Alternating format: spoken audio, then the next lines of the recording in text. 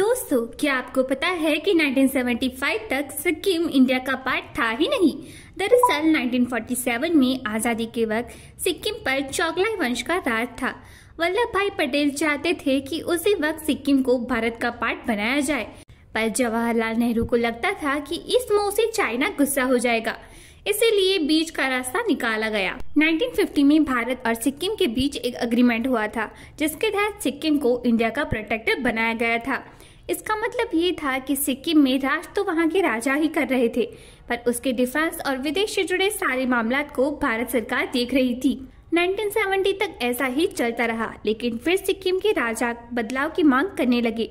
वो चाहते थे कि सिक्किम को भूटान जैसा स्टेटस मिले, मतलब सिक्किम भी एक अलग स्वतंत्र देश बनना चाहता था। अब इंदिरा गांधी को पता था कि ऐसा करना खतरे से खाली नहीं है, क्योंकि अगर सिक्किम पर चाइना का कब्जा हो जाता है तो नॉर्थ ईस्ट पर चाइना का काफी प्रभाव पड़ता है और भारत की चिकन नेक और ज्यादा वीक हो जाती है। सिक्किम को इंडिया का पार्ट बनाना ही आखिरी रास्ता बचा था।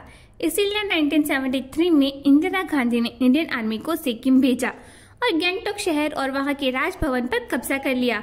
कहा जाता है कि ये पूरा प्लान रो ने बनाया था।